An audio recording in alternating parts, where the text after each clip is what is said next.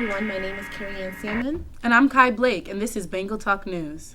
Starting October 18th, the United Students Government will be having a Lights Out event, where USG will be shut down and organizations will not have access to their funds for a week.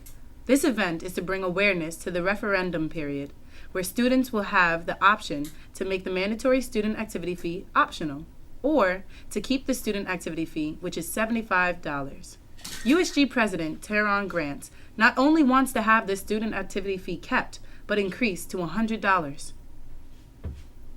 If the mandatory fee is kept and raised, USG will use those funds to allocate towards organizations' budget, and also as an emergency in an event for their budgets if it is exhausted. The referendum period begins next spring, and students will have the option to vote on it during the USG elections.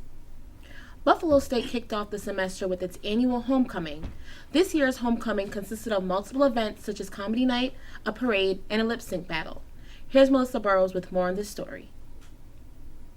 Let's go, Buffalo!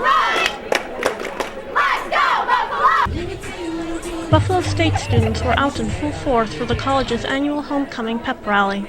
The event featured dance and cheerleading performances. T-shirts were thrown to the crowd from the balcony of the student union as well. There was also a free chicken barbecue for students, along with popcorn and balloon making. Buffalo State President Catherine Conway Turner was at the event. This is her third homecoming as president. Hello, everybody! How much preparation goes into an event like this? Well, actually, they've been thinking about it for many, many months. So Sarah Young is sort of our guru of homecoming activities, and they have put together with a team of faculty and staff and students a whole series of events for the whole week. So it's really taken months of planning to be executed all this week. This year, actually, there's something a little different about homecoming. We're also putting a lot of alumni activities into the event as well. So we've already had a music recital by alums, and we have a guest speaker tonight. So that's really also really special. So a lot of student activities, but a lot of alumni activities as well. One of the alumni attendees was the MC, Nicholas Stutzman. A class of 2013 graduate, he says the Student Life Office invited him back to campus to host the event. He adds that being the MC is a unique experience. Oh, it's a lot different. All eyes are on you, and you have to kind of deflect all that and focus on what you're doing and try to have fun with it and make sure that the crowd's engaged. Also at the event was USG President Teron Grant. He was in the running for Homecoming King. Okay. So it's actually a wonderful time. This is the best homecoming I've actually been to so far. I'm actually great that Sarah Young has changed up a few different things, so it's been a great homecoming. The chicken barbecue, usually chicken barbecue was a success. The t-shirt tossing was a success, so this was a wonderful time. Everybody was out, everybody was having fun, so it was a beautiful time. Thursday's pep rally was one of several events, part of a week-long celebration of homecoming. In Buffalo, Melissa Burrows reporting. This year's homecoming proved to be one of the most successful events. I had the opportunity to attend the pep rally, and it was amazing. Yeah, it truly was. I actually went to the lip singing battle, and they were really getting competitive out there. Yeah. Well, we have a competitive spirit here on Buffalo State, but I love it. It's all in good nature, and the homecoming helps us to build as a community. Right. We definitely do. I call it the beast within, if you will. So I just hope that next year it goes up and keeps on going up. Definitely. Former Buffalo State professor Tom McCray was honored at the Buffalo Broadcasters Hall of Fame. Tom McCray was a professor in the communications department for 35 years. Then he retired and returned, in 2015. The Buffalo Broadcasters Association honored McCray for his contribution to the Buffalo airwaves since 1972.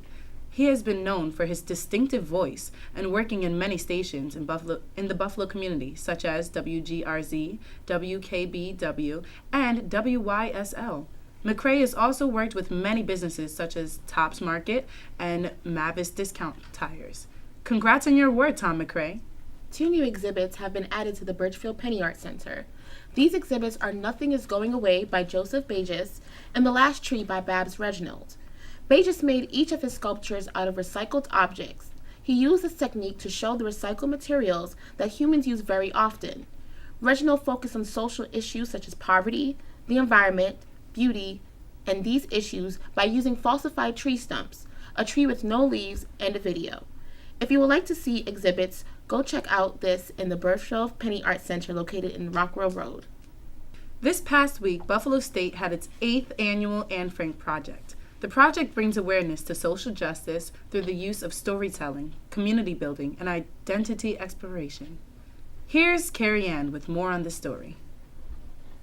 From powerful poetry to testimonials to art, this year's Anne Frank Project gave a whole new meaning to social justice. Drew Kahn, founder of the Anne Frank Project, expressed not only his inspiration for the project, but reasoning for bringing it here to Buffalo State College. I'm a director of theater and an actor and theater professor, and at that time a more traditional theater professor. So I was directing a production of The Diary of Anne Frank, 2006.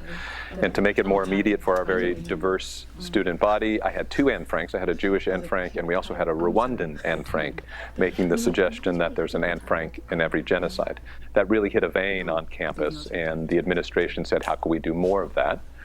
So it fast forwarded and has really become blissfully the entirety of my job here, where we have programming throughout the year, take students to Rwanda, and then we come back and we immerse ourselves in a playwriting process from that intense experience, take that original play and tour Buffalo Public Schools. So there's a giant cycle of story and story mattering, creating story, and making sure that the students that we bring it to in Buffalo Public Schools realize that they matter and that their stories matter.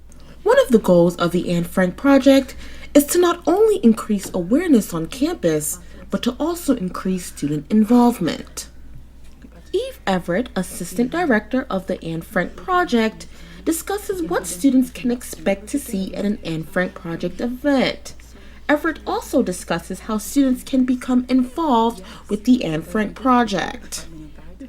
Expect color, expect a little bit of mystery, expect to be surprised, expect to step out of your comfort zone, I think, and meet new people.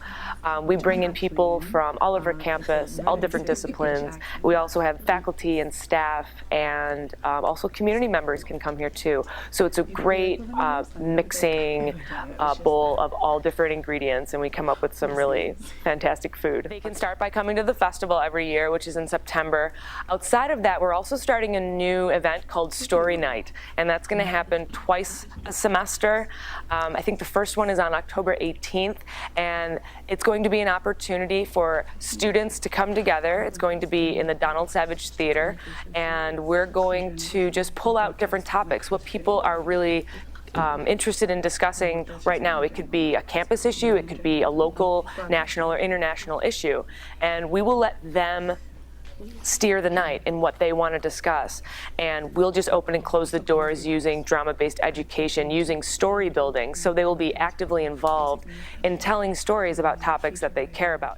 So what is the main message Kahn hopes to send through the Anne Frank Project? I think the central issue that I would really like to bring home, especially from Africa and Rwanda, Kenya, where we do most of our work, is that we comes before me. That this idea of community first is something that I hope our students get and activate. To learn more about the Anne Frank Project, you can visit www.annefrankproject.com. Now we have Richard Cabasa with sports. Thank you, ladies. This is a crucial weekend for our football team. After coming off a tight loss last weekend to St. John Fisher, the Bengals are focused on beating Cortland this weekend. Last weekend's 28-24 defeat puts Buffalo State's record at 2-2. A win this weekend on the road would not only build some needed momentum, but also put the team above 500.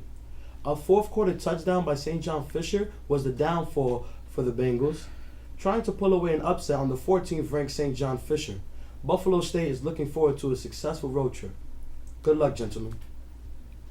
Buffalo State, I know, has a lot of upcoming events this week, such as yourself. Would you be starring in any of them? Way to put a girl on the spot, eh? Yes, the theater department has a play coming up. It is called The Mousetrap by Agatha Christie. It's a British murder mystery, and I am one of the characters in it. I encourage everyone to come out and see. Awesome. BSC TV, I know, is also in the works with producing some shows. Definitely, we have some food critic shows that are coming out. We also have a music show where we showcase artists here on and off campus. Recently found out that we have a record label on campus, Rockwell Records. Yeah, that's awesome. Yeah, so tune in for those stuff coming up. And I guess that's as real as it gets. Thank you for tuning in to Bengal Talk News.